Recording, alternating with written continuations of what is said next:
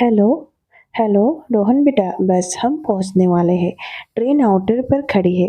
अच्छा पापा, मैं भी निकलता हूँ। ऑफिस से बस 10 मिनट में स्टेशन पहुंच जाऊंगा। आप वेटिंग रूम में बैठ जाइएगा।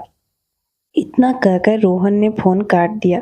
उधर ट्रेन में बैठे राजेंद्र जी और उनकी पत्नी आशा जी ने भी बड़े उत्साह से अपना बैग अटैची संभाल ली, क्योंकि दिल्ली का स्टेशन आने वाला ही था। गाड़ी भी रेंगने लगी थी। आशा जी ने बहुत गदगद होते हुए कहा, पता ही नहीं चला कि 5 साल कैसे बीत गए। लड्डू भी तो अब बोलने लगा है। राजेंद्र जी भी मुस्कुराकर बोले, हाँ, अगर उसने फोन पर नहीं कहा होता कि दादाजी तब आओ दे, तो मैं आता नहीं। 5 साल में एक बार भी नहीं बुलाया रोहन और सलोनी ने। ओफो, आप तो हर समय झुंझुलाते रहते हैं और बच्चे अपने काम में बिजी थे कि हमारे देखभाल करते। दोनों को ऑफिस जाना होता है, खाली घर में क्या करते हम। ठीक है, अब बुला लिया ना, आशा जी ने समझाते हुए कहा। अच्छा सुनिए, उनके फंक्शन में कुछ भी हो ज़्यादा टेंशन मत करना। दिल्ली का सिस्टम अलग है। हाँ हाँ, जानता हूँ। चलो, प्लेटफॉर्म आ गया, राजेंद्र जी ने कहा और अपने अटैची ट्रेन के डिब्बे की गैलरी में घसीटते हुए गेट की ओर चल दिए। पीछे पीछे बैग और पानी की बोतल संभाले आशा जी भी चल रही थी। 5 साल पहले रोहन और सलोनी ने दिल्ली में ही गुपचुप शादी कर ली थी। राजेंद्र जी और आशा जी को जब पता लगा तो वे बहुत नाराज हुए।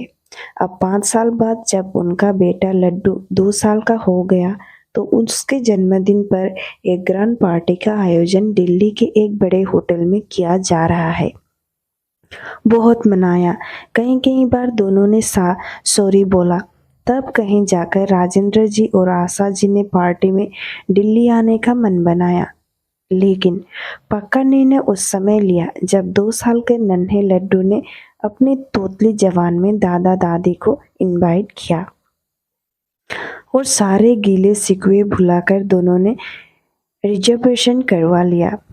राजेंद्र जी ने आशा जी के हाथ पकड़कर प्लेटफॉर्म पर उतारा और रोहन को फोन करने लगे। बेटा, हम प्लेटफॉर्म पर आ चुके हैं, तुम कितनी देर में आप पहुंच रहे हो। ओह पापा, बस आधा घंटा लगेगा, आप वेटिंग रूम में बैठिए। चाय वाय पीजिए, मैं ऑफिस से निकलता हूँ, रोहन ने उत्तर दिया। तुम अभी तक ऑफिस से निकले ही नहीं हो। तुम तो कह रहे थे कि 10 मिनट में। राजेंद्र जी को झुंझुलाहट आ रही थी। अरे पापा, एक इम्पोर्टेंट फाइल साइन करनी थी, बस निकल ही रहा हूँ। 20-25 मिनट में ये कहकर रोहन ने फोन काट दिया। राजेंद्र जी बड़बड़ाते हुए वेटिंग रूम की ओर चलने लगे। अभी तक जनाब ऑफिस से निकले ही नहीं हैं। अभी आधा घंटा लगेगा, पहुंचेंगे करीब 1-1.5 घंटे में। ऑफिस यहाँ रखा है, हद है। ओफो, अब क्यों बड़बड़ा रहे हो। आ जाएगा, काम कर रहा है, घूम तो नहीं रहा। आशा जी ने कहा, तुम्हारी ऐसी आदत से मुझे चिढ़ है, हमेशा रोहन का पक्ष लेती हो। अरे, जब उसे मालूम था कि हम आज आ रहे हैं तो क्या गाड़ी नहीं भेज सकता था स्टेशन। और फिर जब पार्टी आज है तो एक दिन की छुट्टी भी ली जा सकती थी। राजेंद्र जी बोले, छुट्टी की क्या जरूरत है, पार्टी तो होटल में है, सब कुछ तैयार करना तो होटल वालों का काम है। हमें क्या, हम तो पैसा लेकर पहुंच जाए बस। आशा जी ने शांति से पुल पर चढ़ते हुए कहा। बस माँ बाप रिश्तेदार सबको चूल्हे में झोंको और राजेंद्र जी झुंझुलाने लगे। अच्छा बस करो, किधर जाना है। आशा जी ने बात काटी, इधर चलो, प्लेटफॉर्म एक इधर है, वेटिंग रूम भी इधर ही है। राजेंद्र जी सूटकेस घसीटते हुए बढ़ने लगे। वेटिंग रूम में हाथ मुंह धोकर दोनों ने एक एक कप चाय पी ली। लगभग आधा घंटा बीतने के बाद राजेंद्र जी ने फिर रोहन को फोन किया। हेलो, कहाँ पर हो। बस पापा, अभी पहुंचा, ऑफिस से निकल चुका हूँ, जरा होटल में कुछ एडवांस देकर स्टेशन पहुंच रहा हूँ, रोहन का जवाब था। फोन अपने जेब में रखते हुए राजेंद्र जी को खामोश देखकर आशा जी ने कहा, क्या हुआ, अभी होटल जा रहा है एडवांस देने, उसके बाद यहाँ आएगा।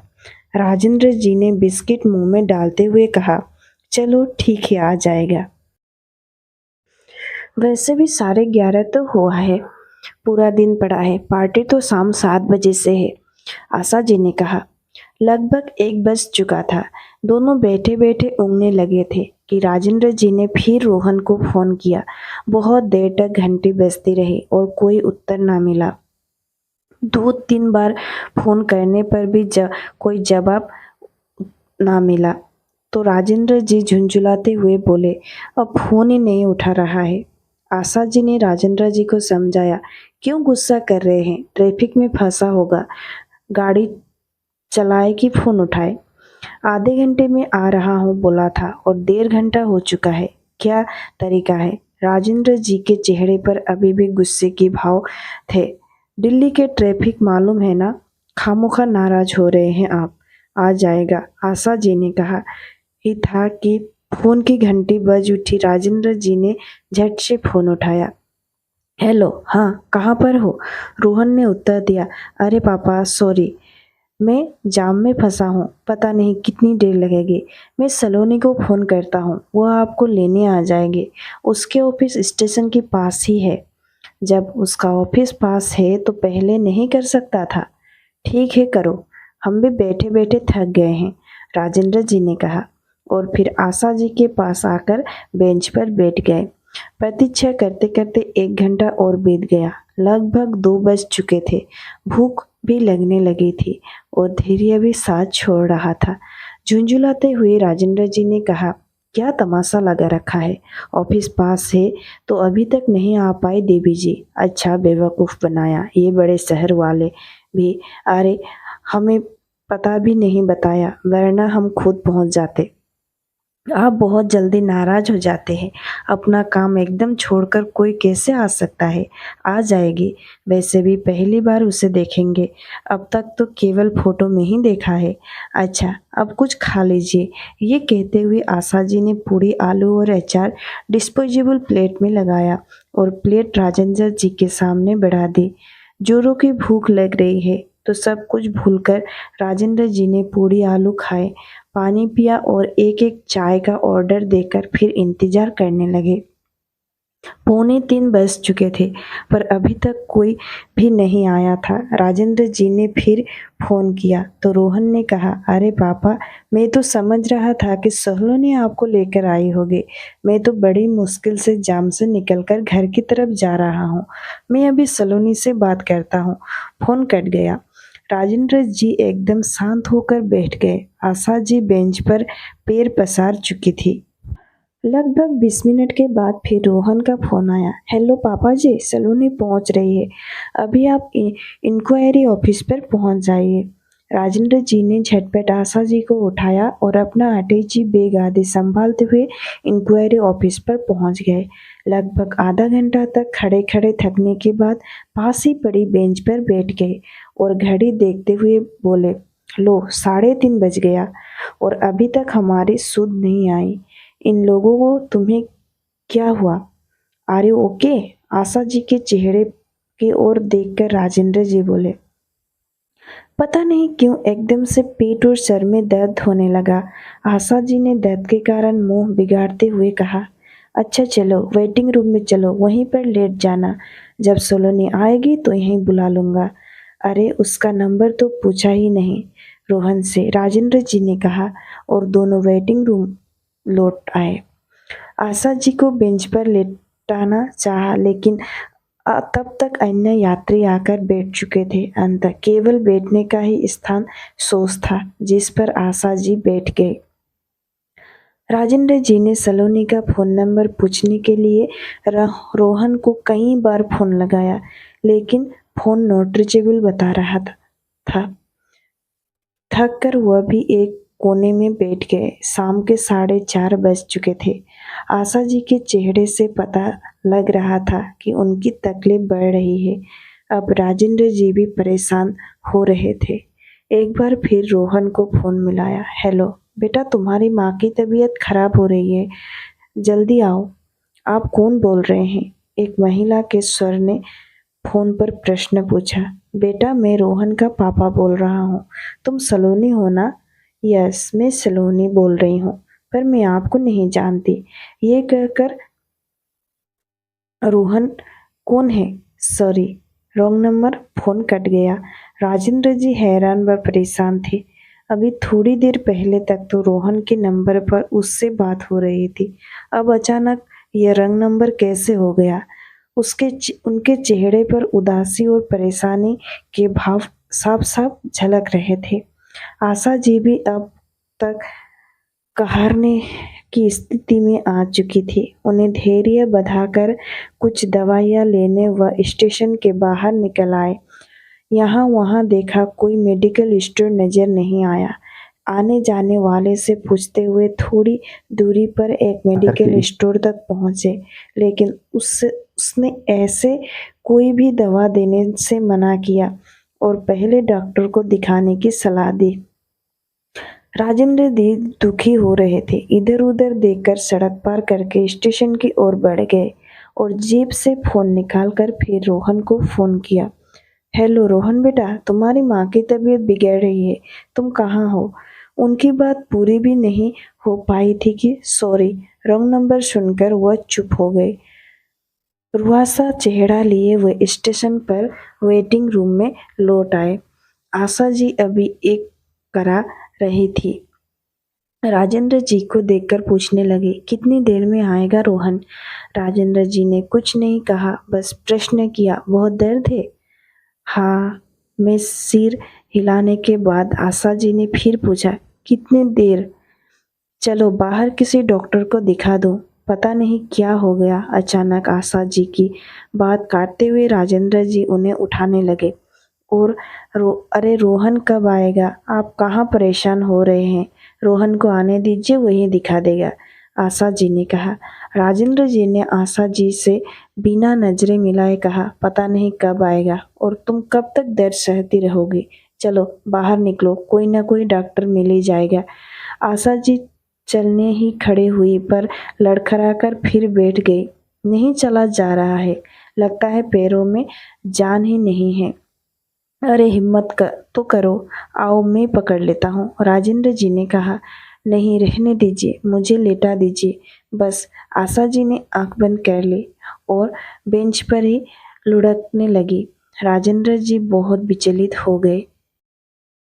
जैसे ही आशा जी को लेटाकर फिर फोन निकाला और न चाहते हुए भी नंबर मिलाया, लेकिन नॉट रीचेबल ही सुनते रहे। लाचार मजबूर राजेंद्र जी की आंखें आशा जी के दर्द में डूबे चेहरे पर पड़ते ही भर आई। उनके इस हालात को वेटिंग रूम का सहायक बहुत देर से देख रहा था। वे रुमाल से अपनी आंखें पोंछ ही रहे थे कि उनके पास आकर बोला, क्या हुआ अंकल, कोई परेशानी? राजेंद्र जी ने भरी आंखें लिए भर्राई गले से सारा हाल कह सुनाया। सहायक बोला, अरे अंकल, आप किस चक्कर में पड़े हैं? यह दिल्ली है, आपका बेटा और बहू कोई आपको लेने आने वाला नहीं है। आप मेरी सलाह मानो, पहले आंटी को डॉक्टर को दिखाइए, फिर गाड़ी में बैठकर वापस घर चले जाओ। ये दिल्ली जितनी बड़ी है, यहाँ के लोगों के दिल उतने ही छोटे हैं। रुकिए, मैं अभी डॉक्टर को लाता हूँ। सहायक चला गया। राजेंद्र जी उसकी बातों को याद करके सोचते हुए आशा जी के चेहरे को देखने लगे। लगभग 10 मिनट बाद वह सहायक डॉक्टर को साथ लेकर लौटा। डॉक्टर ने चेकअप किया और कुछ दवाइयाँ लिखकर राजेंद्र जी को पर्चा पकड़ा दिया। राजेंद्र जी ने डॉक्टर से फीस पूछी, लेकिन डॉक्टर ने यह कहकर मना कर दिया कि आप मेरे माता पिता की तरह हैं। आपसे कैसी फीस? आप जल्दी मेरे साथ चलकर दवाइयाँ ले लीजिए, मेरा मेडिकल स्टोर भी यहीं पास में है। राजेंद्र जी डॉक्टर के पीछे जाने को उठे, तभी सहायक ने कहा, अंकल आप आंटी के पास बैठिए, मैं दवाइयाँ लेकर आता हूँ। डॉक्टर और सहायक को जाता हुआ देखकर राजेंद्र जी को आश्चर्य हो रहा था कि इस शहर में जरा अपने भी बेगानी जैसे हो गए हैं और बेगाने लोग मेरी मदद कर रहे हैं। राजेंद्र जी आशा जी के पास बैठ गए। लगभग 15-20 मिनट बाद सहायक लौटा और उसने दवाइयाँ राजेंद्र जी को दे दी। राजेंद्र जी ने आशा जी को उठाया और दवाइयाँ दी। सहायक अभी तक पास में खड़ा था। उसने राजेंद्र जी से कहा। अंकल, आप बरेली से आए हैं ना? हाँ, आज ही सुबह ही। तो राजेंद्र जी अपनी बात पूरी ही नहीं कर पाए। सहायक ने कहा, जी मैंने देखा था अंकल, वही गाड़ी अभी 1 घंटे बाद इसी प्लेटफॉर्म से वापस जाएगी। यदि आप मेरी सलाह माने तो आप चले जाइए, क्योंकि आपको लेने यहाँ कोई नहीं आएगा। अभी 4 दिन पहले एक अंकल आंटी पंजाब से आए थे। इसी वेटिंग रूम में 2 दिन तक अपने बेटे का इंतजार करते रहे, लेकिन वह नहीं आया और अंत में उन्हें भी वापस जाना पड़ा। वैसे यदि अगर आप चाहे तो मुझे अपने बेटे का पता बता दीजिए, मैं आपको आपके बेटे के पास पहुंचा दूंगा। वह बात नहीं पूरी नहीं कर पाया था कि राजेंद्र जी ने जेब से 500 का नोट निकालकर उसकी ओर बढ़ाते हुए कहा, लो बेटे, दवाई के पैसे ले लेना और हम दोनों की वापसी का टिकट भी ले आना। नोट लेकर सहायक चला गया। आशा जी को दवाई से आराम मिलने लगा था। बरेली की ओर जाने वाली ट्रेन भी प्लेटफॉर्म पर लग रही थी। टिकट लाकर और ट्रेन में आराम से बैठाकर सहायक ने कुछ बिस्किट, नमकीन, जूस के पैकेट और फल आशा जी को दे दी और उनके पास बैठकर अपने परिवार की बातें करने लगा। गाड़ी का सिग्नल हो चुका था। सहायक ने दोनों को उनकी यात्रा के लिए शुभकामनाएं दी और उनके पैर छूकर वहां से चला गया। गाड़ी भी प्लेटफॉर्म से धीरे धीरे आगे बढ़ने लगी कि तभी फोन की घंटी सुनकर राजेंद्र जी ने फोन उठा लिया। हेलो पापा, कहाँ हैं आप? रोहन फोन पर पूछ रहा था। सॉरी, रॉन्ग नंबर कह कर राजेंद्र जी ने बंद कर दिया और खिड़की से बाहर तेजी से पास होते हुए स्टेशन को देखने लगे। दोस्तों, इस कहानी को लेकर आपकी क्या राय है? कमेंट सेक्शन में जरूर बताइएगा। वीडियो पसंद आए हो तो वीडियो को लाइक, शेयर और चैनल को सब्सक्राइब कीजिएगा। वीडियो में बने रहने के लिए तहे दिल से धन्यवाद। हम मिलते हैं अगले वीडियो में। आज के लिए बाय बाय।